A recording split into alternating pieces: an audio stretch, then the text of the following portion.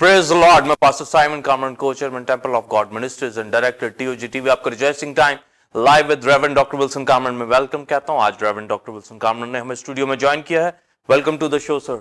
Thank you pastor Simon. Reverend doctor Wilson Kamran जो कि founder and chairman Temple of God Ministries and TOG TV को खुदा गुज़िश्ता 43 साल से अपनी खिदमत के लिए इस्तेमाल कर रहे हैं। वो एज अ बाइबल टीचर और सीनियर पास्टर के तौर temple of God church Lahore Pakistan की खिदमत सर अंजाम दे रहे हैं। उनके साथ खादमों और सेल्स की टीम भी खिदमत में मसरूफ है। आप उनके सरमन को पैम्फलेट के जरिए पढ़ सकते हैं और यूट्यूब के ऊपर जाकर आप टीओजी टीवी को सब्सक्राइब कर उसके जरिए सरमन और टीचिंग के जरिए बरकत को हासिल कर सकते हैं। नाज़रीन, जैसा कि आप क्रिस्टोलॉजी इल्मुल मसीह के हवाला से मुख्तलिफ खुसूसी ट्रांसमिशंस देख रहे हैं और आज इस हवाला से ये 113 एपिसोड है जिसको आप देख रहे हैं और मेन टॉपिक है डिविनिटी एंड ह्यूमैनिटी और आज की टीचिंग होगी क्राइस्ट डिवाइन फिग मसीह इलाही अंजीर। आज की टीचिंग के हवाला से 2 क्वेश्चन पूछे जाएंगे। पहला क्वेश्चन होगा क्रिस्टोलॉजी में doctrine of Christ divine fig का मुकाशवा बताएं और इसराइल जो अंजीर से तशबीह दिया जाता उसका अच्छा और बुरा फल यानी 2 अंजीरों की टोकरियां और इलाही अंजीर का शिफा और नजात में मुकाशवा बताएं और नतनिएल का अंजीर के दरख्त के नीचे होना और इलाही अंजीर को खुदा का बेटा मानना इसके बारे में भी बताएं। इसी तरह दूसरा और आखिरी क्वेश्चन होगा इल्मुल मसीह में क्राइस्ट जो इलाही अंजीर है में इसराइल की अदालत अंजीर का सूख जाना और दूसरी आमद से पहले बहाली का अंजीर की तशबीह में मुकाशवा बताएं और 1000 साला बादशाही में ताक और अंजीर यानी इलाही अंजीर के नीचे खुशहाली और कलीसियाओं में सफेद लिबास की कवरिंग और मसीह से फल लेना यानी नजात शिफा और बरकत और खुशहाली इसके बारे में भी बताएं। नाज़रीन, अब हम आज की टीचिंग के हवाले से एक रूहानी तलीमी चार्ट के क्लिप को देखेंगे। उसके बाद सवालत के जवाब का बाकायदा आगाज होगा।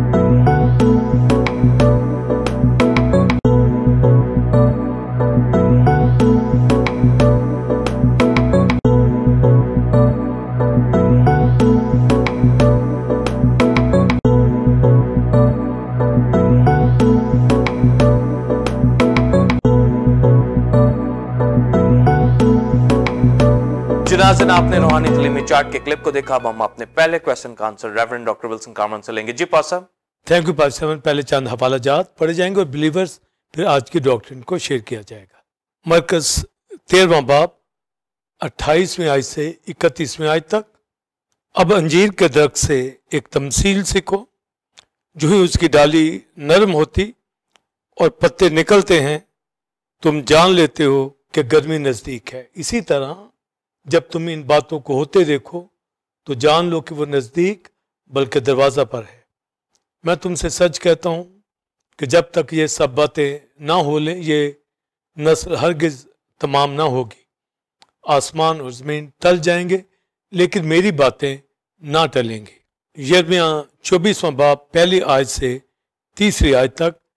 जब शाह बाबल नबूकदनेस्सर शाह यहूदा यकुनिया बिन यहोयाकीम को और यहूदा के उमरा को और कारीगरों और लोहारों समेत यरूशलेम से असीर करके बाबल को ले गया तो खुदावंद ने मुझ पर नुमायाँ किया और क्या देखता हूँ कि खुदावंद की हैकल के सामने अंजीर की 2 टोकरियाँ धरी थी। एक टोकरी में अच्छे से अच्छे अंजीर थे, उनकी मानद जो पहले पकते हैं। दूसरी टोकरी में नहायत ख़राब अंजीर थे, ऐसे ख़राब के खाने के काबिल ना थे। और खुदावंद ने मुझसे फरमाया, ए यिर्मयाह तू क्या देखता है? और मैंने अर्ज़ की, अंजीर, अच्छे अंजीर नहायत अच्छे और ख़राब अंजीर बहुत ख़राब, ऐसे ख़राब के खाने के काबिल नहीं। ग़ज़ो ग़ज़ात 2 बाब 13वीं आयत। अंजीर के दरख्तों में हरे अंजीर पकने लगे और ताकें फूलने लगी, उनकी महक फैल रही है, सो उठ मेरी प्यारी मेरी जमीला चलिया। Pastor Simon, believers, Christology, Greek word Christos जिसका मतलब क्राइस्ट और ग्रीक वर्ड लॉजिया जिसका मतलब नॉलेज ऑफ क्राइस्ट या डॉक्ट्रिन ऑफ क्राइस्ट के हवाला से ओंटोलॉजिकल क्रिस्टोलॉजी में क्राइस्ट की डिविनिटी और ह्यूमैनिटी को देख रहे हैं और फंक्शन क्रिस्टोलॉजी के अंदर क्राइस्ट की मिनिस्ट्री के हवाला से तालीम को हासिल कर रहे हैं। Doctrine of Christ divine fig मसीह इलाही अंजीर। पिक्स के अंदर भी आप अंजीर का जो पत्ता है और फिर अंजीर का फ्रूट आप देख सकते हैं।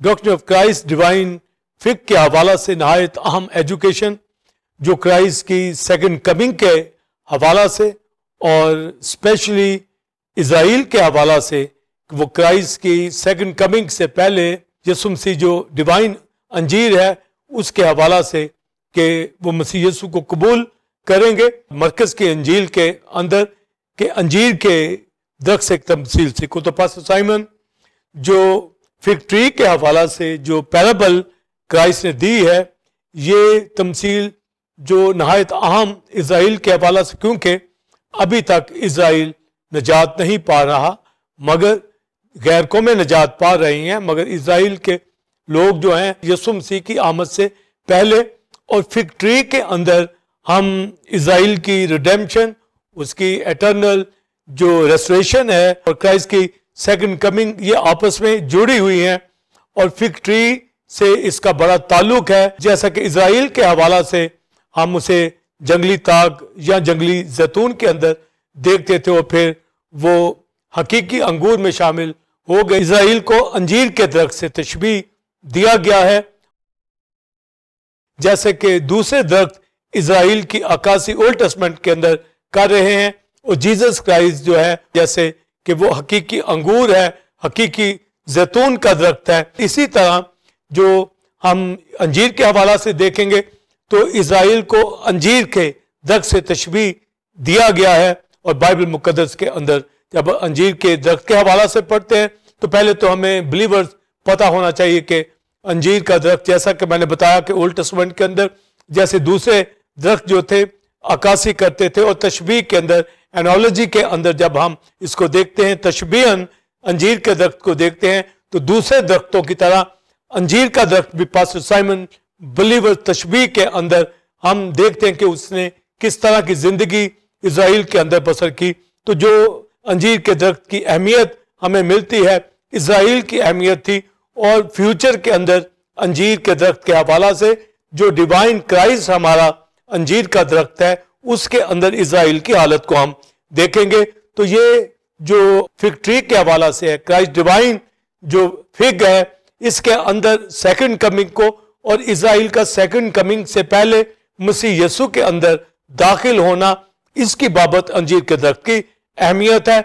मगर हमें पहले अंजीर के दरख्त की हवाला से पता होना चाहिए कि अंजीर का दरख्त जंगलों के अंदर जब होता है, या अंजीर का दरख्त फ़लस्तीन के इलाका में, इज़राइल के इलाका में, मुल्क कनान के इलाका के अंदर अंजीर का दरख्त कसरत से होता था, और जंगलों में ये सारा साल ही बारिशों के साथ ये परवरिश पाते रहते थे, और ये अर्ली अंजीर भी उगते थे, और फिर गर्मियों के अंजीर और सर्दियों के अंजीर भी थे।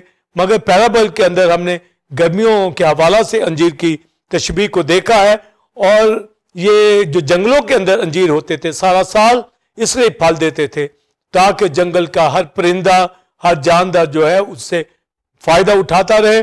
और फिर इंसानों के लिए भी काजियों की किताब के अंदर जो अंजीर के दरख्त की गवाही है कि उसके फलों की मिठास जो है उससे लोग मसरूर होते हैं। तो अंजीर का जो फल है और उसके पत्ते हैं, बाइबल मुकद्दस के अंदर हम इसको देखते हैं कि उसका इस्तेमाल कहाँ कहाँ। पर जो सबसे अहम बात है कि इज़राइल, पास्टर साइमन बिलीवर्स, इसको अंजीर के दरख्त के साथ तशबीह दी गई है। इसका फल लाना ना लाना, ये सब अहमियत हमें ओल्ड टेस्टमेंट के अंदर, न्यू टेस्टमेंट के अंदर अंजीर के हवाला से जहां जहां तालीम दी गई है, तो क्राइस्ट ने फिग ट्री के हवाला से जो तालीम दी, या ओल्ड टेस्टमेंट के अंदर यिर्मयाह के हवाला से जो फिग ट्री के फलों के हवाला से तालीम दी, हमें नहायत इसकी बारीकी का पता होना चाहिए ताकि हम इज़राइल के फ्यूचर को समझ सकेंगे। स्पेशली फिग ट्री के अंदर जो बात ज्यादा की जाएगी वो इज़राइल के हवाला से, क्योंकि गैर कौमें तो दाखिल हो रही हैं मसीह के अंदर, पर फिग ट्री के हवाला से ये सेकंड कमिंग से पहले चूंकि इज़राइल आसमान की बादशाह में दाखिल होगा, मसीह को कबूल करेगा। और जब क्राइस्ट डील करता है अंजीर के दरख्त को, तो पहले तो एक पैराबल क्राइस्ट ने दी कि किसी मालिक का एक ताकिस्तान था और उसने बागबान को कहा कि इसकी निगहबानी करे, तो ताकिस्तान के अंदर उसने एक अंजीर का दरख्त लगाया। वैसे तो ताकिस्तान के अंदर ताकें ही होती हैं, मगर पैराबल के अंदर लिखा है कि एक अंजीर का दरख्त लगाया। तो जो बात हमारे सामने वाज़ेह हो जाती है क्योंकि अंजीर के दरख्त को इसराइल से ही तशबीह दिया गया है तो ये इसराइल के हवाला से बात होगी।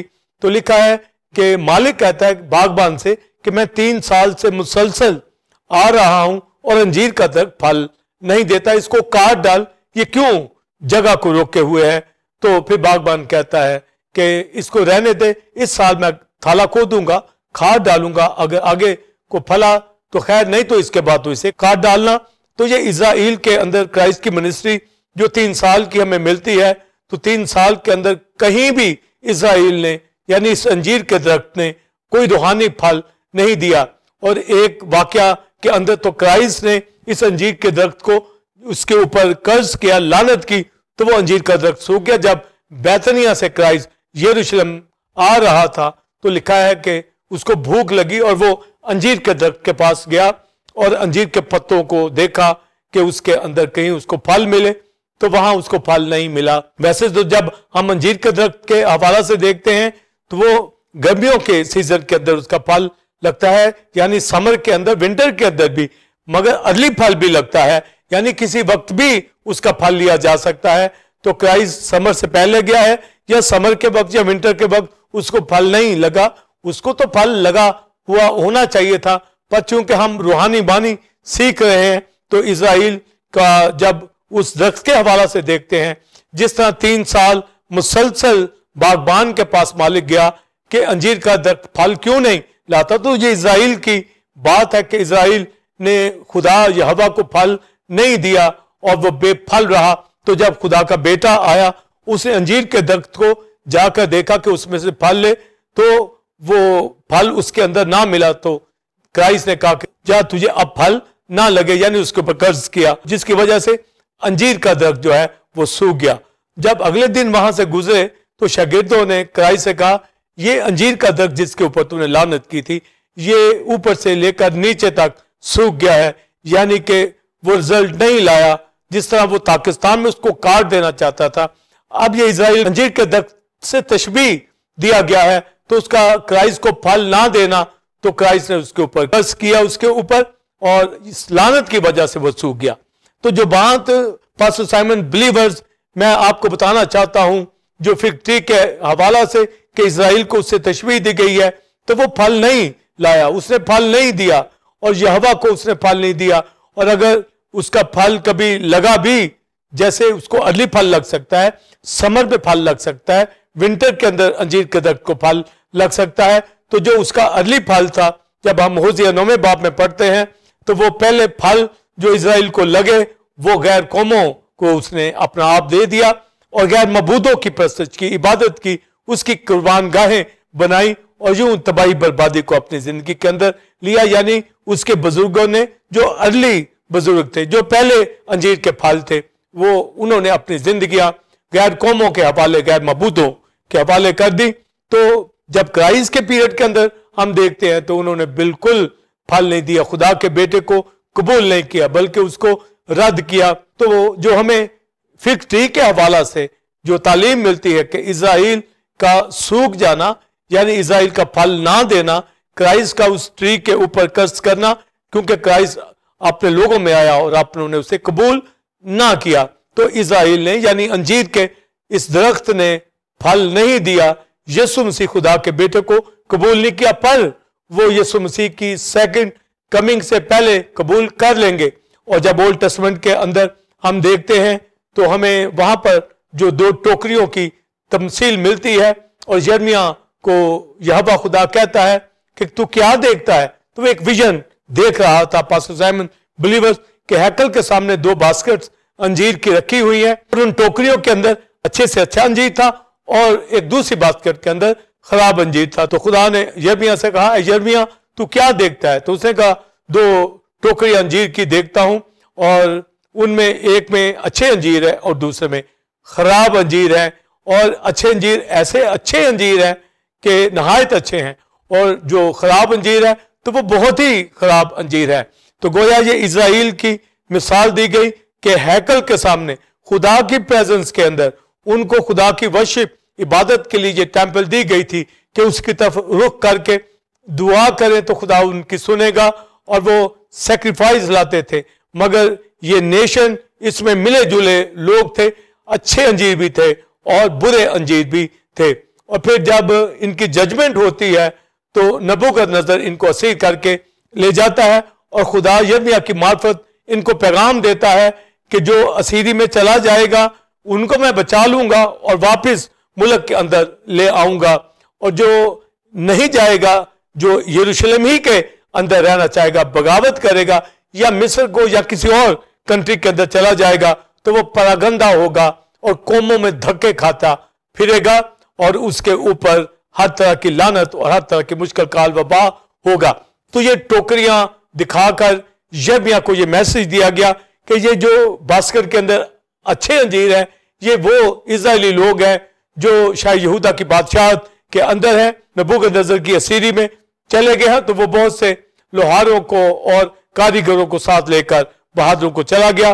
तो खुदा ने बताया कि ये अच्छे अंजीर है, ये जो अंजीर अच्छे अंजीर बास्केट के अंदर है, ये वापस आएंगे, इन्होंने मेरे हुक्म माने हैं, मुझे उबे किया है। पर वो जो खराब अंजीर है वो इसी जगह पर रहना चाहते हैं, वो तंबी पाना नहीं चाहते, वो उस असीरी में जाना नहीं चाहते। तो लिहाजा ये नहायत खराब अंजीर है, जिससे हमारे पास ये बात वाज़ेह होती है कि अच्छे अंजीर जो थे वो वापस आ गए, और जो खराब अंजीर थे इजराइली जो यहूदा के लोग थे जिन्होंने यहोवा को ना माना, उसकी बातों पर ईमान ना लाए, वो परागंदा हो गए, दुनिया में धक्के खाते फिरे, काल वबा और हर तरह की मुश्किल उन्होंने उठाई। और यिर्मयाह जब उनके ऊपर नोहा करता है तो हर तरह की बरकत उनसे छिन गई और दुनिया के अंदर वो आवारा हो गए। मगर वो जो अच्छे अंजीर थे जिन्होंने ताबेदारी की, जिन्होंने खुदा के हुक्म को माना और नबूकदनेस्सर की सीरी में चले गए, वो अच्छे अंजीर वापस आ गए। तो यहाँ ये बात हमारे पास वाज़ेह हो जाती है कि अंजीर के दरख्त के अंदर अदली अंजीर लगे तो वो बुजुर्गों ने अपने आप को गैर कौमों के हवाले कर दिया, बुत परस्ती में चले गए। मगर जो आगे सीजन के जो फ्रूट लगे उनमें अच्छे अंजीर भी थे, उनमें बुरे अंजीर भी थे। जैसे पिक्स के अंदर आप अच्छे अंजीरों की बास्केट देखते हैं कि किस तरह वो अच्छे अंजीर जो है वो इजराइल के अच्छे लोगों को जो खुदा के हुक्म को मानते हैं जाहिर करते हैं। तो हमारे पास इजराइल की पिक्चर सामने वाज़ेह होती है कि अर्ली सीजन के लोग जो थे, यानी अभी फल लगा ही था अंजीर को यानी इजराइल को, कि वो गैर मबूदों की नजर हो गया, बुतों की नजर हो गया। उन्होंने अपनी सारी फराबानी को, सारी ब्लेसिंग को यहोवा की बजाय और जो देवताओं की नजर कर दिया, तो उन्होंने मार खाई। और जब सीजन के फल लगे, यानी इजराइल अच्छे लोग भी थे जो खुदा की इबादत करते थे, हुक्म मानते थे, और बुरे अंजीर भी। तो इजराइल की पिक्चर एक ऐसे अंजीर के दरख्त की तरह है जो मुख्तलिफ सीजन के अंदर वो अच्छा अंजीर भी दे रहा है, खराब अंजीर भी दे रहा है। और क्राइस्ट के दिनों में तो उस अंजीर को दरख्त को फल लगा ही नहीं था, और रूहानी तौर पर भी इजराइल के अंदर कोई फ्रूट उन्होंने यहोवा को नहीं दिया, कोई यीशु मसीह की मनादी को कबूल कर नहीं पाए। तो अंजीर का फिग ट्री जो है, ये दो बास्केट जाहिर करती है कि अंजीर अच्छे अंजीर जो थे वो हुक्म मानते थे और बुरे अंजीर उन्होंने उबे नहीं किया। और फिर बाइबल मुकद्दस के अंदर हमें हिजकिय्याह की किताब के अंदर पास्टर साइमन बिलीवर्स हमें हिजकिय्याह की रोया मिलती है जिसमें वो हड्डियों की एक वादी देखता है। हिजकिय्याह क्या तू देखता है? वो हड्डियों की वादी में उतर गया और खुदा ने उससे कहा क्या ये हड्डियां जिंदा हो सकती हैं? तो हिजकिय्याह कहता है क्या खुदा तू ही जानता है। यहोवा कहता है कि इनके ऊपर दम फूंक। तो जब उनके ऊपर दम फूंकता है तो वो जिंदा हो जाती हैं और उनके ऊपर पोशिश होना शुरू होती है और हड्डियां, नसें, सब कुछ चमड़ा जुड़कर वो खड़ी हो जाती हैं। गोया एक बड़ा जल्जला आता है और चारों तरफ से दम आता है। और हिजकिय्याह नबी कहता है ए दम ए रूह चारों तरफ से आ। तो हमें ये लास्ट पीरियड के अंदर क्राइस्ट के आने से पहले ये उनकी फुलफिलमेंट मिलती है कि ये हड्डियों की वादी जो इजराइल है, जैसे अंजीर का दरख्त सूख गया, ये सूखी हड्डियां जिन्होंने मसीह को कबूल नहीं किया ये वादियों के अंदर पड़ी हुई हैं, यानी इजराइल मसीह को कबूल नहीं कर रहा। पर एक दिन आएगा, हिजकिय्याह के रोया में ये बताया गया कि ये सूखी हड्डियां जिंदा हो जाएंगी और उसके ऊपर नसें और चमड़ा चढ़ेगा और वो उठकर अपने पांव पर खड़ी हो जाएगी। पर जिस तरह अंजीर के दरख्त के हवाला से कि अंजीर का दरख्त इजराइल को जाहिर कर रहा है। तो इसके पत्तों के हवाला से हमें ये पहला ट्री बागी अदन के अंदर मिलता है कि जिसके पत्तों को सीख कर आदम हवा ने अपने लिए लुंगियां बनाई। यानी जब उन्होंने गुनाह किया, जब डिसोबीडियंट की, वो फल उन्होंने खाया जिसकी वजह से वो खुदा के गुनहगार हुए। एक सेपरेशन आदम और खुदा के दरमियान हो गई और डेथ उनके ऊपर आ गई। और जब उनको पता चला, उनको मालूम हुआ कि वो नंगे हैं, तो उन्होंने अपने लिए अंजीर के पत्तों को सी कर लुंगियां बनाई। जिस तरह आप अंजीर के दरख्त को देखते हैं, उसके पत्ते, तो ये पास्टर साइमन बिलीवर्स, ये 4 और 5 फुट लंबाई होती है हर अंजीर के पत्ते की, और इसकी चौड़ाई 3 फुट तक होती है। तो आदम हवा ने इनको सी कर अपने लिए लुंगियां बनाई और अपने आप को ढांपा। तो जिससे हमें मिलता है कि अंजीर के दरख्त के पत्तों से इन्होंने अपनी कवरिंग करने की कोशिश की। पर जो इलाही अंजीर का दरख्त है, जो इलाही यीशु मसीह खुदा का बेटा है, उसने अपने खून से मुझे, आपको, इस्राएल को, सबको कवर किया है, ढांपा है। वो हमारा लिबास है। इसलिए जब हम क्राइस्ट डिवाइन फिग की बात करते हैं तो फिग ने वहां पर उनको जो ढांपा है, उन्होंने उससे, यानी पहला ट्री दुनिया के अंदर, बागे अदन के अंदर आदम हवा ने जिससे अपने आप को ढांपने की कोशिश की, तो डिवाइन जो फिग ट्री है, डिवाइन क्राइस्ट जो है, इसने सारी दुनिया के नंगेपन को, गुनाह को ढांपा है, इज़राइल को ढांपा है। तो गोया जब हमारे पास ये बात सूखी हड्डियों की आती है कि उनके ऊपर पोशिश हुई, तो ये क्राइस्ट के अंदर उनकी ये पोशिश है। क्राइस्ट को कबूल करने से उनको ये जिंदगी मिलेगी। पर जैसा मैंने शुरू में बताया कि फिग ट्री जो बाइबल मुकद्दस में जिक्र इज़राइल का किया गया है, और जब हम क्राइस्ट डिवाइन फिग की बात करते हैं तो ये स्पेशली इज़राइल के हवाला से ये आखिरी दिनों में निजात पाएगी। इसलिए हम पिछली बरसात के लिए दुआ करते हैं ताकि यीशु मसीह के आने से पहले इज़राइल निजात पा जाए। तो जब सेकंड कमिंग होगी तो उससे पेशतर 2 गवाहों की हमें मिनिस्ट्री मिलती है कि वो इज़राइल के अंदर खिदमत का काम सर अंजाम देंगे और इन सूखी हड्डियों के इज़राइल को ये निजात पा जाएंगे। इनकी कवरिंग होगी, इनकी पोशिश होगी, रूह कुदस इनको मामूर करेगा, ये निजात पा जाएंगे। हमें अंजीर के पत्तों से कवरिंग का मुकाशवा भी मिलता है। जो अदन के अंदर जो यीशु मसीह जो डिवाइन फिग है, उसके अंदर इज़राइल के लिबास को, सारी दुनिया का लिबास जो है यीशु मसीह है, ये पूरा हमें मिलता है। क्राइस्ट डिवाइन फिग है जो ढांपता है, जो नंगापन दूर करता है, जो निजात अता करता है। और फिर शिफा के हवाला से एक हमें स्टोरी मिलती है जो बाइबल मुकद्दस के अंदर हिजकिय्याह बादशाह के हवाला से, कि यशायाह उसको कहता है कि अपने घर का इंतजाम कर ले और तेरी डेथ हो जाएगी।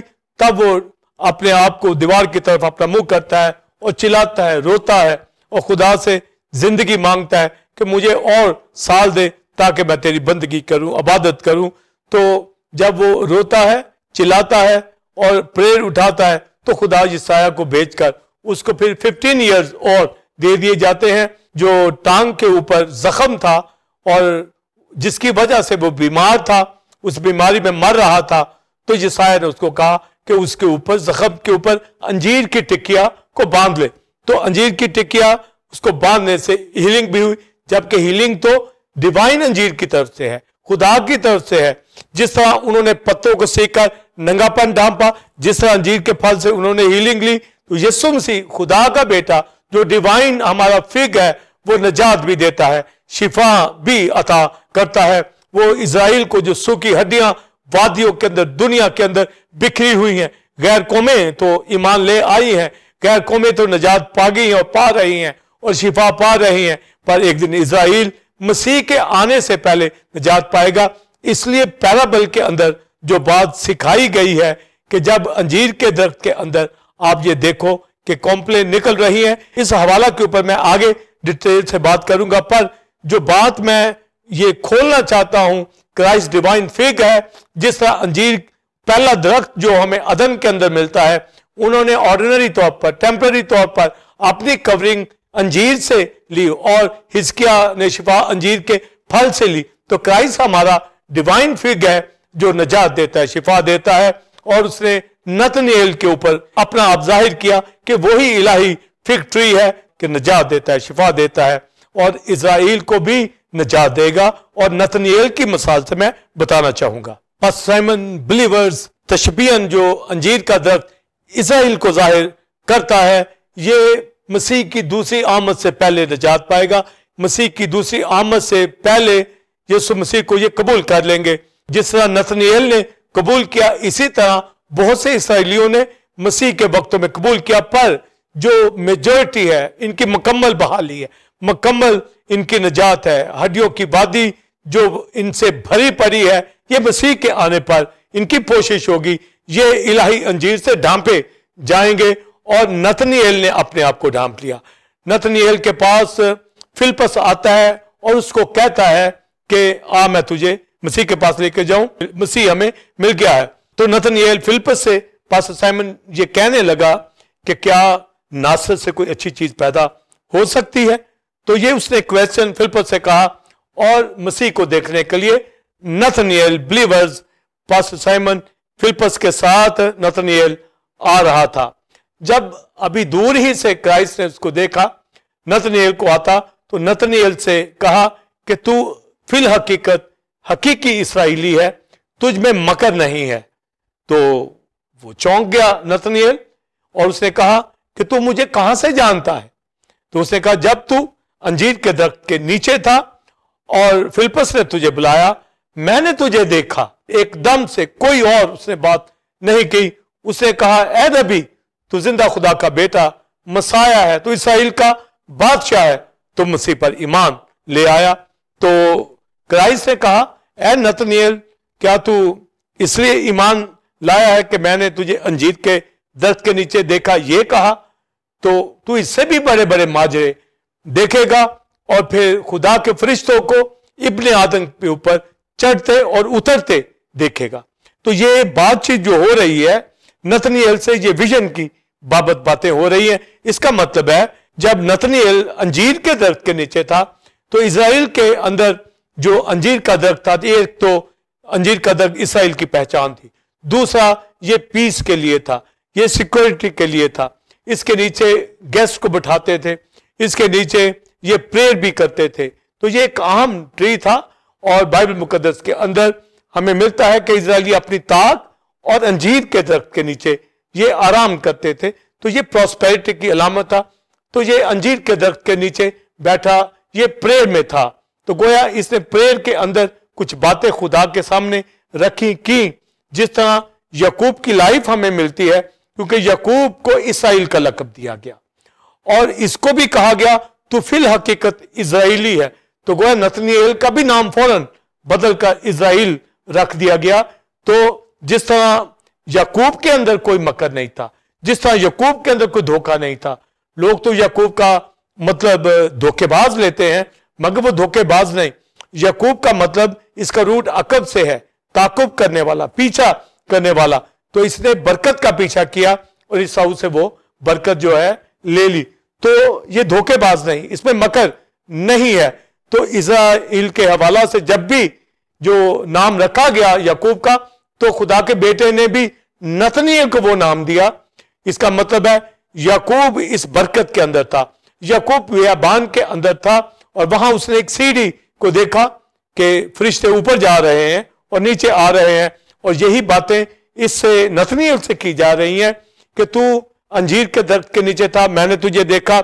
जिस तरह बियाबान के अंदर खुदा यहोवा ने यकूब की खबर ली, उसी तरह अंजीर के दरख्त के नीचे खुदा के बेटे क्राइस्ट ने उसी तरह नतनिएल की खबर ली। तो इसका मतलब है कि वो यकूब की तरह विजन देखने वाला था, खुदा से बातें करने वाला था, उसकी एक स्पिरिचुअल लाइफ थी, ब्लेसिंग के ऊपर था। जो इजराइल रखा गया है, यकूब ने तो यहोवा से कुश्ती की। इसका मतलब जब इसका नाम, इसको हकीकी इजराइल कहा गया और साथ कहा गया कि तुझमें मकर नहीं है, यानी तू हकीकी इजराइली है, तो सेम यकूब की ब्लेसिंग इसके पास आती है। तो गोया जब ये सुनता है तो फौरन ही कहता तू इसराइल का बादशाह है। तो फिलिप्पस ने इससे कहा था कि यीशु मसीह नासरी जो हमें मिल गया है, तो नासरी का मतलब है शाख, यानी ये ब्रांच है। तो ये ताक की हो, जैतून की हो या अंजीर की हो, ये ब्रांच है, ये ट्री है जो खुदा की तरफ से इस दुनिया के अंदर डिवाइन फिग हमारे पास आया है, तो अंजीर के दरख्त के नीचे नतनिएल जो बैठा है, क्राइस्ट ने इसको देखा है, तो गोया ये क्राइस्ट की बाबत ही सोच रहा था। तो जब क्राइस्ट को मिलने के लिए आया तो क्राइस्ट ने वही रेफरेंस दिया कि तू अंजीर के दरख्त के नीचे था, यानी तू इजराइली। तो अंजीर के दरख्त की तशबीह एनालॉजी के अंदर हम अंजीर को, फिग ट्री को इजराइल से इसलिए लेते हैं, नतनिएल को अंजीर के दरख्त से कहा, जब तू अंजीर के दरख्त के नीचे था तू फिल हकीकत इजराइली है। तो वो मसीह पर ईमान लाया। इसका मतलब है कि डिवाइन क्राइस्ट, खुदा का बेटा जो इलाही अंजीर है, उसने अंजीर के दरख्त के नीचे इसको देखा। तो गोया ये उस अंजीर के दरख्त के नीचे था, पर इसका वास्ता अब पड़ा है इलाही फिग ट्री के साथ, यानी मसीह के साथ, और ईमान लाया। और अगली बात जो कही गई कि तू इनसे भी बड़े बड़े माजरे देखेगा। क्राइस्ट की क्रूसिफिक्शन को भी देखा, क्राइस्ट की रिजरेक्शन को भी देखा, जो शागिर्दों के ऊपर मसीह जाहिर हुआ तब भी नतनिएल वहां था, और तबरियाज की झील के ऊपर भी ये नतनिएल वहां मौजूद था। तो बड़े बड़े इवेंट इसने देखे। और फिर यह भी कहा गया कि खुदा के फरिश्तों को इब्ने आदम के ऊपर उतरते और चढ़ते देखेगा। इसका मुकाशफा जैसे याकूब ने वो सीढ़ी देखी कि आसमान पर फरिश्ते उस सीढ़ी से आ रहे हैं, जा रहे हैं, ये क्राइस्ट की बाबत है। क्राइस्ट वो सीढ़ी है, क्राइस्ट वो राह है जो आसमानों को जाती है। यीशु मसीह ने कहा कि राह, हक, जिंदगी मैं हूं, मैं वो वे हूं, यानी मैं आप यीशु मसीह पर ईमान लेके आए हैं। हमें खादमों को उसने फरिश्ते भी कहा है। तो गोया हम जमीन से आसमानी हुए हैं, जो ये मसीह की बदौलत हुए हैं। तो नतनिएल से कहा ये तू विजन देखेगा, यानी कि मैं वो राह हूं, मैं यीशु मसीह खुदा का बेटा हूं, मैं वो सीढ़ी हूं। तू देखेगा कि जिंदगी मसीह पर ईमान लाती हैं। और वाकई नतनिएल ने ये सब कुछ देखा और शागिर्दों के साथ हमें मिलता है, यानी फिलिप्पस के जरिए मसीह के पास आया। तो फिर उस सारे ग्रुप में रहा और उससे सारे इवेंट्स देखे, माजरे देखे, रूहें जीती देखती। पतरस के बाद से 3000 बची, 5000 बची। आज भी मैं आप उस राह की वजह से हम आसमानी मकामों में दाखिल हो गए हैं। तो नतनिएल वो शख्स है, हकीकी इजराइल का खिताब, टाइटल उसको जो दिया गया है कि फिग ट्री के नीचे तुझे मैंने देखा, यानी इलाही डिवाइन क्राइस्ट जो फिग ट्री है, उसने अंजीर के दरख्त के नीचे उसको देखा। तो गोया अपने अंदर उसको ले लिया, यानी नतनिएल जो अंजीर के दरख्त से तशबीह इजराइल को दी गई है, यानी तू हकीकी इजराइल है, पर मैं डिवाइन फिग हूं। तो गोया उसने यीशु मसीह को कबूल कर लिया, यानी इजराइल का नतनिएल जिस तरह उसने कबूल किया, बाकी इजराइल भी कबूल कर जाएंगे। जो हवाला मैंने मरकज की इंजील के अंदर पढ़ा कि जब उसमें कॉम्प्लेन निकलती हैं तो समझ जाना कि गर्मी नजदीक है। कि जब नतनिएल नजात पा गया, जब नतनिएल ने मसीह को कबूल कर दिया, बाकी इजराइल भी यीशु मसीह के आने से पहले नजात पा जाएगा। उसके हवाले से मैं बात करूंगा। जी नाज़रीन, आपने पहले क्वेश्चन का तफसीली answer reverend doctor Wilson Kamran से हासिल किया, जिसमें आपने अंजीर के हवाले से तशबीह को जाना, इसराइल के हवाला से, इसी तरह अच्छा और बुरा अंजीर, और इस तरह टोकरियों के हवाला से जो मुकाशफाजात थे उनको आपने हासिल किया। अब हम अपने दूसरे और आखिरी क्वेश्चन की जाने बढ़ेंगे। इल्मुल मसीह में क्राइस्ट जो इलाही अंजीर है में इसराइल की अदालत यानी अंजीर का सूख जाना और दूसरी आमद से पहले बहाली का अंजीर की तशबीह में मुकाशफा बताएं, और 1000 साल बादशाही में ताक और अंजीर यानी इलाही अंजीर के नीचे खुशहाली और कलीसियों में सफेद लिबास की कवरिंग और मसीह से फल लेना यानी नजात, शफा और बरकत और खुशहाली के बारे में भी बताएं। बिलीवर्स, इस तालीम का ताल्लुक मसीह की दूसरी आमद से है और इजराइल का उन दिनों में नजात पाना है, यानी यीशु मसीह के आने से पहले एंटी क्राइस्ट का ये दौर होगा। और खुदा का बेटा जब आएगा उससे पहले 2 गवाह आएंगे। उन 2 गवाहों में से एक के पास मूसा की खिदमत होगी और एक के पास एलिया की खिदमत होगी। ये 2 चिरागदान हैं जो जकरिया की किताब में जिनका जिक्र है। ये 2 खुदा के ममसू एनॉइंटेड वन जिनको आखिरी दिनों में खुदा इस्तेमाल करेगा। यानी मूसा जिस तरह बनी इसराइल को मिस्र से निकाल के पाकिस्तान में लेके आया और एलिया ने बाल की प्रस्तिश से हटाकर इसराइल को रिस्टोर कराया। और ये दोनों शख्स यीशु मसीह को पहाड़ के ऊपर मिले जब यीशु मसीह का चेहरा बदल गया और नूरानी चेहरा हो गया। तो वहां पर मूसा, एलिया खुदा के बेटे यीशु से बातें कर रहे थे, तो शागिर्दों ने कहा हम 3 डेरे बनाएंगे, एक तेरे लिए, एक मूसा के लिए, एक एलिया के लिए। तो ये 2 जो नबी ओल्ड टेस्टमेंट के हैं, ये इज़राइल के रुख को मोड़ने वाले हैं। यानी एक मिस्र से लाया और एक ने रिस्टोर कराया बाल की परस्ती से। तो एलिया का अहम किरदार, तो एलिया की रूह, एलिया की खिदमत जॉन बैप्टिस्ट के अंदर भी आती है, और फिर एलिया की खिदमत आखिरी दिनों में उन 2 नबियों में से एक के अंदर आएगी। और यही हमें मलाकी की किताब के अंदर मिलता है कि मसीह के आने से पहले वो अपने खादम को यानी एलिया को भेजेगा। तो एलिया जॉन बैप्टिस्ट की खिदमत के अंदर भी दिखता है, और एलिया की खिदमत हमें एंटी क्राइस्ट के दौर के अंदर भी मिलेगी। यानी ये मिनिस्ट्री जो है, और क्राइस्ट ने कहा जॉन बैप्टिस्ट के हवाला से एलिया जो आने वाला था अलबत्ता आ गया, और फिर ये भी कि आएगा, यानी उसकी मिनिस्ट्री आ भी गई और आएगी भी। तो ये जो 2 जैतून के दरख्त हमें मुकाशवा की किताब 11वें बाब के अंदर पास्टर साइमन बिलीवर्स मिलते हैं, इनकी मिनिस्ट्री के अयाम के अंदर इज़राइल नजात पाएगा, और ये उस कटाली में से खुदा इसको गुजारेगा, नहाय सफरिंग में से खुदा इसको गुजारेगा, क्योंकि अभी तक इज़राइल नजात नहीं पा रहा, और पहले भी इनको तंबीह कीगी, पर अब ये एंटी क्राइस्ट की उस सफरिंग में से गुजरेगा, और वहां पर फिर ये 2 गवाहों की मिनिस्ट्री से इज़राइल नजात पाएगा।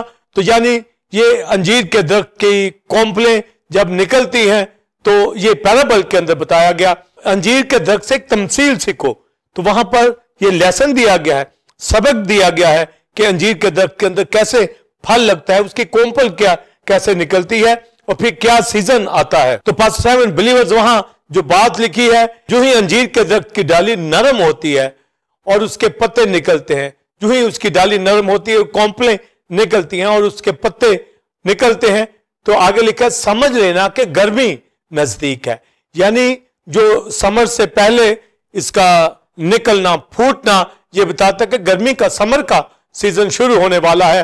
तो लिखा जब इन सब हालात को, यानी एंटी क्राइस्ट के दौर के सारे हालात, वाकयात, और उसके ऊपर उसकी जजमेंट देखी जाए, जो 7 जजमेंट के प्याले एंटी क्राइस्ट की गवर्नमेंट के ऊपर जो उंडेले जाएंगे, वो 7 सील्स जो वो मोहरें तोड़ी जाएंगी, उन दोनों गवाहों की तालीम जब इज़राइल सुनेगी तब उनको पहचान आएगी।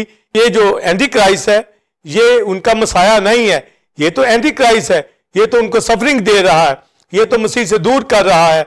और फिर वो 2 गवाह जब प्रीच करेंगे, तो गोया उनकी प्रीचिंग से ये इज़राइल जो सूख गया था मसीह के दिनों के अंदर, इसके ऊपर कर्ज किया गया, लानत की गई, ये अपने अमाल के सबब से खुदा से दूर हो गया। इन्होंने गुनाह किया, हर दौर में मार खाते आए, पर इनके लिए होप रखी है।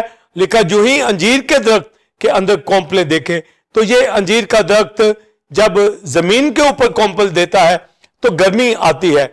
जब इलाही डिवाइन फिग ट्री, खुदा का बेटा क्राइस्ट, उसके अंदर कॉम्पल कर निकलना, यह बताता है कि इज़राइल अब फल लाएगा। इज़राइल की कॉम्पले उसके अंदर निकलना शुरू होंगी, यानी मसीह की आमद से पहले उन 2 गवाहों की खिदमत के अंदर इज़राइल नजात पा जाएगा।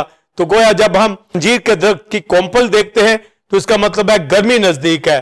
तो लिखा है इसी तरह जब इन बातों को देखो जो एंटी क्राइस्ट के पीरियड की होंगी, उसकी जजमेंट की होंगी, और लिखा है आसमान के सितारे इस तरह उसके किंगडम के ऊपर गिरेंगे। और मुकाशवा की किताब के अंदर पास्टर साइमन 6 बाब के अंदर लिखा है कि स्टार्स ऐसे गिरेंगे जैसे अंजीर के दरख्त के हरे फल जो है वो गिरते हैं। तो गोया आखिरी दिनों के अंदर जब ये बातें होंगी, तो समझ जाना कि जिस तरह अंजीर के अंदर कॉम्पल निकलती है तो गर्मी आती है, इसी तरह जब ये वाकयात होंगे, 2 गवाह मनादी करेंगे, तो मसीह की आमद होने वाली होगी, बल्कि वो दरवाजा पर है। तो गोया सेकंड कमिंग से पहले अंजीर के दरख्त की तमसील से हमें मिलता है कि मसीह की आमद से पहले इज़राइल जो अंजीर का दरख्त है, डिवाइन फिग ट्री को कबूल कर लेगा और उसके अंदर अपनी कॉम्पले निकालेगा और निजात पा जाएगा। यानी हड्डियों की वादी जो हिजकिय्याह की किताब के अंदर है, ये खड़ी होगी, ये यीशु मसीह को कबूल करेगी, हड्डियां आपस में जुड़ेंगी, मिलेंगी, और उसके ऊपर नसें चढ़ेंगी, गोश्त चढ़ेगा, चमड़ा पहनाया जाएगा, रूह और सांस हर तरफ से उसके ऊपर आएगा। यानी यीशु मसीह को कबूल करेंगे। जैसे रूह कुदस पानी और रूह से पैदा करता है, इसी तरह बोर्न अगेन होगी, नए सिरे से इजराइल पैदा हो जाएगा। तो ये इजराइल के निजात पाने के दिन होंगे।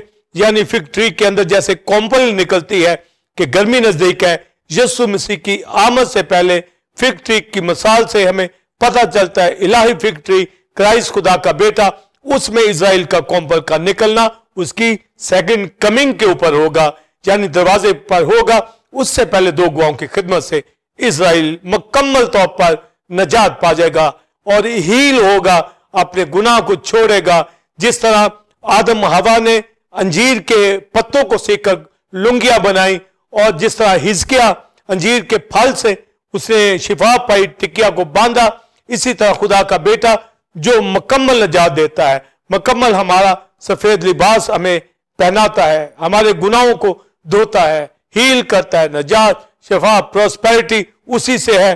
तो गोया गैर कौमें नजात पा गई हैं। पर यीशु मसीह के आने पर दो गवाहों की खिदमत के हवाला से जो मैंने बताया, इजराइल नजात पा जाएगा।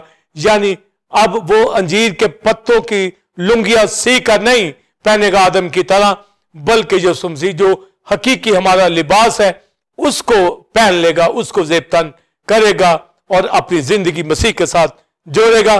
तो ये अंजीर के दरख्त की जो पैराबल हमें मरकज की इंजील के अंदर मिलती है कि जब इस अंजीर के दरख्त से तमसील सीखो, जो ही इसकी डाली नरम होती है, कॉम्पलें निकलती है, पत्ते निकलते हैं, तो समझ लेना गर्मी नजदीक है। इसी तरह जब इन बातों को देखो, यानी उन दो गवाहों को, एंटीक्राइस्ट के पीरियड को, उस जजमेंट को, तो समझ जाना कि यीशु मसीह जल्द आने वाला है और दुनिया के हालात, बिलीवर्स आज उस तरफ जा रहे हैं और कौमें आपस में लड़ रही हैं और हर तरह की गुर्बत, अफवाहें, परेशानी, वबाएं, काल इस दुनिया के अंदर पड़ रहे हैं।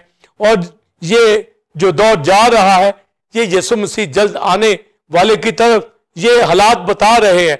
पर जब एंटीक्राइस्ट की गवर्नमेंट शुरू होगी तो फिर उसके 3.5 साल तो पीस के होंगे, पर अगले 3.5 साल जो उसको 7 ईयर्स का पीरियड होगा, उसमें वो ग्रेट ट्रिब्यूलेशन का पीरियड होगा और गवाहों की, दो गवाहों की खिदमत उन अयाम में होगी और एंटी क्राइस्ट को बर्बाद कर दिया जाएगा, हलाक कर दिया जाएगा। हर मजदून की वादी के अंदर दीगर कौमों के साथ जो एक बड़ी जंग होगी, उसके अंदर एंटी क्राइस्ट खत्म होगा और इजराइल नजात पा जाएगा।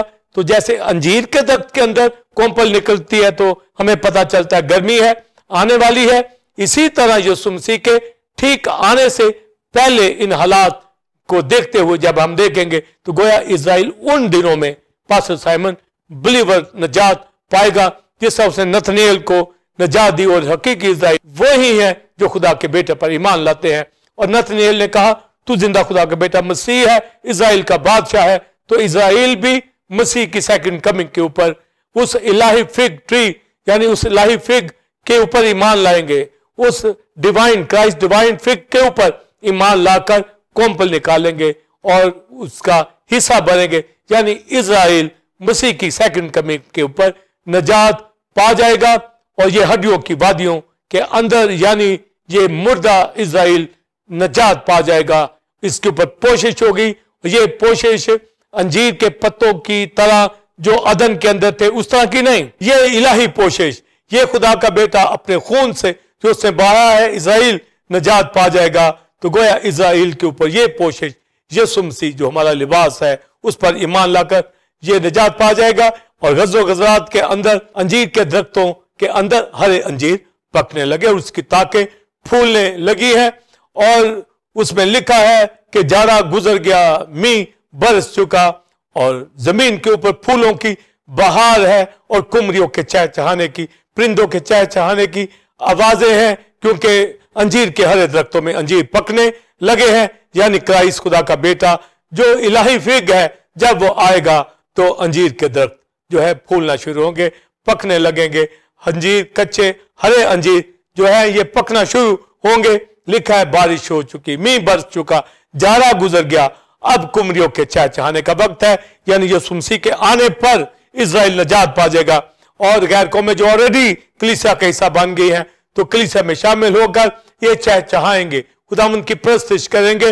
और आज भी पास्टर साइमन कलीसिया अपने यीशु की वर्शिप प्रस्तुति करती है, क्योंकि प्रोस्पेरिटी उसी डिवाइन इलाही फिग के अंडर है, और बाइबल मुकद्दस के अंदर जिस तरह नतनिएल उस फिग ट्री के अंदर था, अब मैं आप इलाही फिग ट्री क्राइस्ट के अंडर है, नीचे है, क्योंकि ये ताके फूल रही हैं, ये हरे अंजीर के दरख्त जो है फल रहे हैं, तो इज़राइल मुकम्मल नजात पा जाएगा। उसके हरे अंजीर यानी अंजीर के दरख्त जो गज़ो गज़रात में जिस तरह लिखा कि पकना शुरू हो जाएंगे, लिखा ए नाज़रीन चलिया, यानी वो सेकंड कमिंग का वक्त होगा, तुम आज भी है, मुझे अपना चेहरा दिखा, तो ये खुशी शादमानी इज़राइल को वो मिल जाएगी। यानी फिग ट्री, इलाही फिग ट्री यीशु मसीह पर ईमान लाकर चहचहाएगी और कलीसिया का हिस्सा बनकर वर्शिप करेगी, और फिर 1000 साल बादशाही में वर्शिप करेगी, और कलीसिया अब्दुल्लाबाद अपने यीशु मसीह की जो क्राइस्ट हमारा डिवाइन फिग है उसके जेर साया जो आराम सुकून पीस होगा 1000 साल बादशाही में, और फिर अब्दियत में कि किस तरीके से हम इस फिग ट्री के नीचे, यानी वो हमें देखता है, अपने जेर साया उसने ले लिया है, क्योंकि उसके जेर साया खुशहाली है। उसके ऊपर बात करना मैं चाहूंगा। परसेमन बिलीवर्स इज़राइल मसीह के आने से पहले यानी सेकंड कमिंग से पहले उसके अंदर ये कॉम्प्लेन निकलेंगी, वो मसीह को कबूल कर लेंगे और गज़ो गज़रात के अंदर के अंजीर के दरख्तों के अंदर हरे अंजीर पकने लगे, और इज़राइल का भरपूर नजात पाना उन दो गवाहों की वजह से होगा। और फिर मैं आप यीशु मसीह के आने पर 1000 साल बादशाही के अंदर सेलिब्रेशन करेंगे। जिस तरह इज़राइल के अंदर शादी के फंक्शन होते थे, फेस्टिवल होता था, और दूल्हा अपनी दुल्हन को ले जाता था, फिर वो 7 दिन तक फेस्टिवल करते थे। और यीशु मसीह खुदा का बेटा जब कलीसिया रैप्चर होगी, कलीसिया को लेने के लिए आएगा और इज़राइल भी निजात पा जाएगा, यानी ये भी उस इलाही अंजीर के दरख्त के नीचे आ जाएंगे। जिस तरह नतनिएल उस डिवाइन अंजीर खुदा का बेटा उसको कबूल कर लिया, उसके जेर साया नतनिएल आ गया, इज़राइल भी आ गया, गैर कौमें भी आ गई हैं और आ रही हैं। और यीशु मसीह जब कलीसिया को लेने के लिए आएगा, फिर 1000 साल बादशाही यानी ये सेलिब्रेशन जो फेस्टिवल होगा, ये 1000 साल बादशाही जो इस जमीन के ऊपर दी जाएगी कलीसिया के साथ, जो कलीसिया मसीह के साथ बादशाही करेगी, राज करेगी। और बाइबल मुकद्दस में मीका की किताब के अंदर 4 बाब के अंदर ये लिखा है कि वो बहुत सी उम्मतों को, कौमों को डांटेगा, और वो अपनी तलवारों को तोड़कर फाले, अपने भालों को हंसवे बना डालेंगे, यानी वेपन्स, हथियार, हर तरह का जदीद असला जो है ये सब कुछ खत्म हो जाएगा। और ये यूएनओ की जो बिल्डिंग है उसके ऊपर भी यही आयत लिखी है कि वो डांटेगा कौमों को, वो अपनी तलवारों को तोड़कर हंसवे बना डालेंगे, यानी एटर्नल पीस 1000 साल बादशाही के अंदर वकूफ के अंदर क्राइस्ट खुदा का बेटा जो हमारी ताक और हमारा फिग है, हमारा फिग ट्री है। क्योंकि मीका की किताब 4 बाब में फिर आगे लिखा है कि हर एक अपनी ताक और अंजीर के नीचे जो है अमन के साथ सुकूनत करेगा।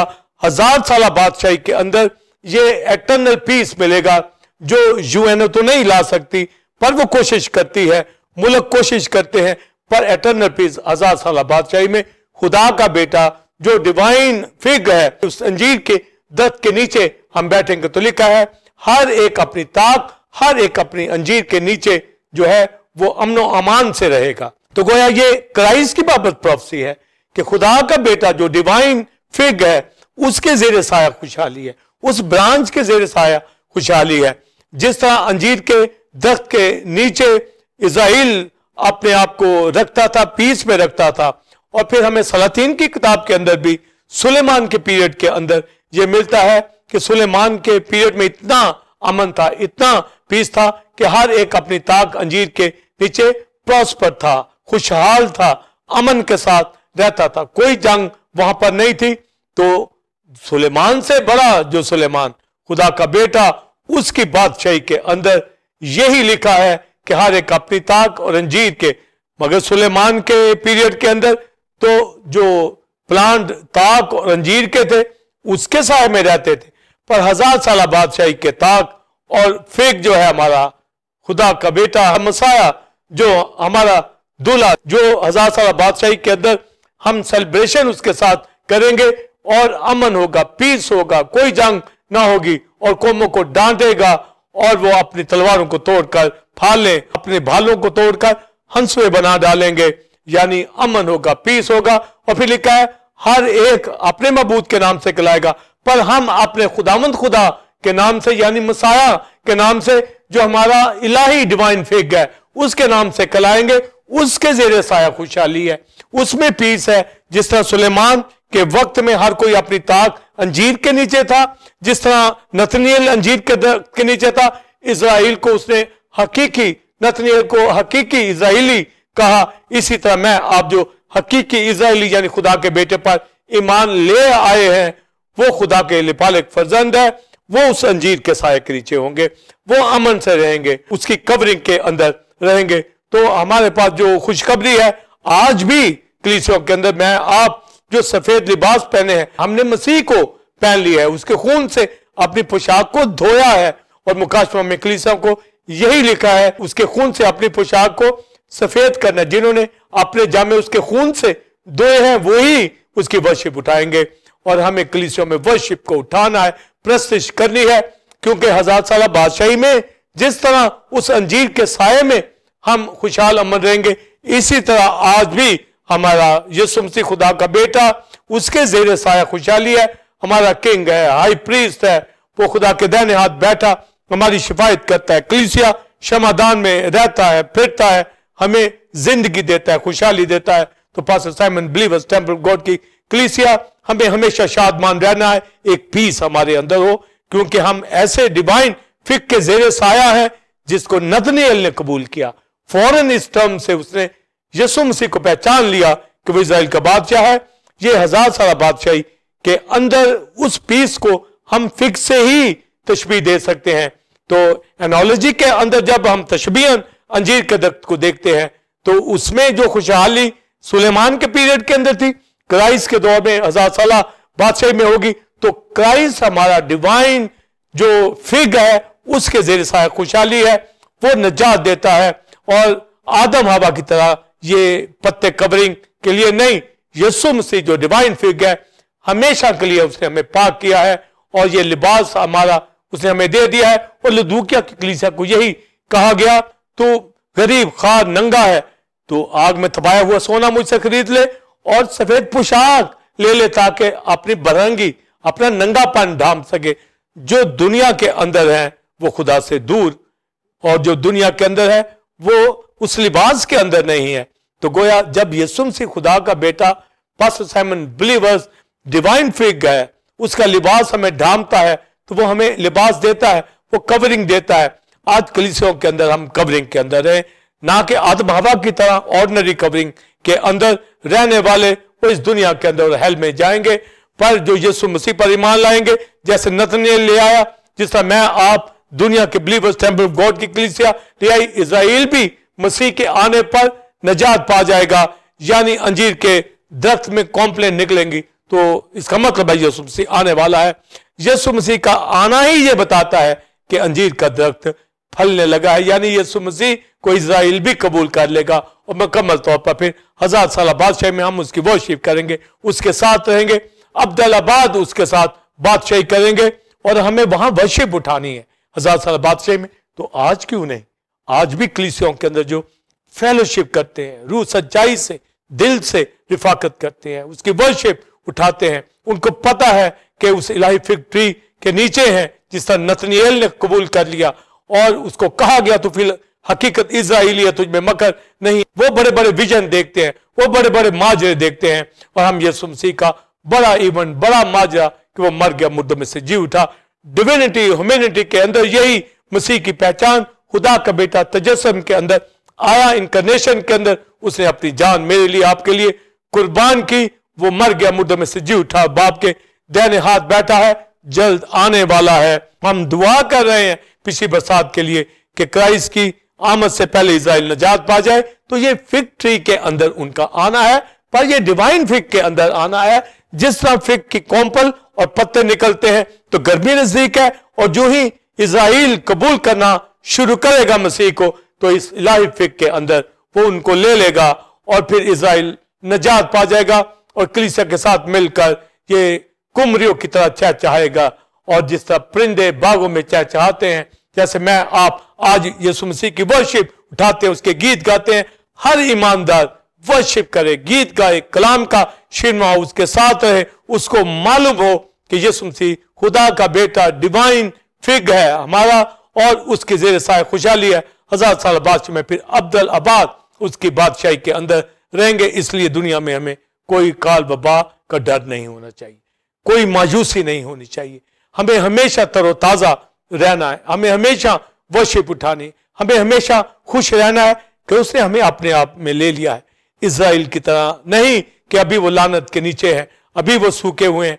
यीशु मसीह ने तो उनकी लानत को उठा लिया, पर वो अभी कबूल नहीं करे, पर जब कबूल कर लेंगे वो मुकम्मल निजात पा जाएंगे। मेरे आपके गुनाह, मेरी आपकी लानतें, मेरी आपकी बीमारियां, कमजोरियां, गुर्बत उठा ली है। हम कबूल करें और शुक्रगुजारी करें, होठों का फल पेश करें, फेलोशिप करें, उसके साथ रहें और मसीह को जाने पहचाने कि वो डिवाइन क्राइस्ट डिवाइन फिग है। पास्टर साइमन, इससे हमें शादमानी मिलती है कि हम मीका की किताब 4 बाब के मुताबिक जो 1000 साल बादशाही के अंदर ताक अंजीर के जेरे साया रहेंगे और अपने खुदा को पहचानेंगे, उसकी वर्शिप करेंगे।